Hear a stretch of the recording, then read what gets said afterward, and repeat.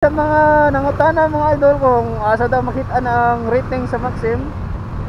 So ako ipakita niyo kung saan na kita tag lugar nga kuan. Direta.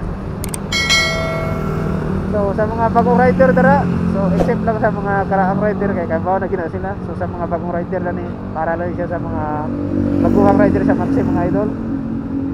So kung paano ba natin makita yung rating natin, no? So dito lang tayo sa menu mga idol.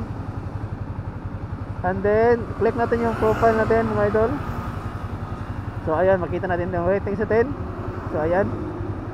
So yung ratings ko mga idol, 0.99. And then orders completed, 99. Then dito sa baba, makita dito mga idol yung mga positive feedback at saka yung mga negative or mga violation.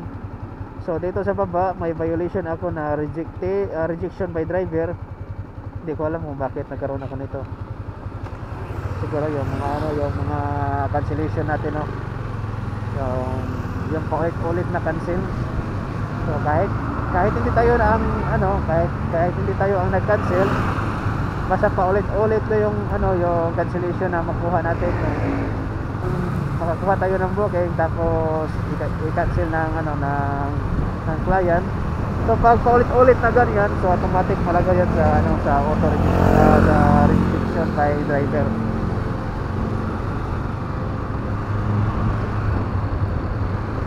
So sa mga bago pa mga idol na yung ilang days pa lang sa Maxim, so hindi nyo makikita dito sa sa menu yung ratings nyo. Doon yun makita sa sa client. Like for example, no, pag yung client nag-book tapos ikaw ang nakakuha, pwede mong tanungin ang client kung ilang ratings. Pwede mo silang tanungin, no? Pwede mo silang tanungin kung ilang ratings ka pa sa Maxim. So, sila lang po yung nakakaalam diyan. Pagbago kasi mga idol, doon 'yun makita sa sa mga client. So hindi natin man makita sa apps natin pagbago ka pa. Pero pag medyo umabot ka ng ng mga 2 weeks or months, ayan, may may nakalagay na dito sa ating taxi driver apps.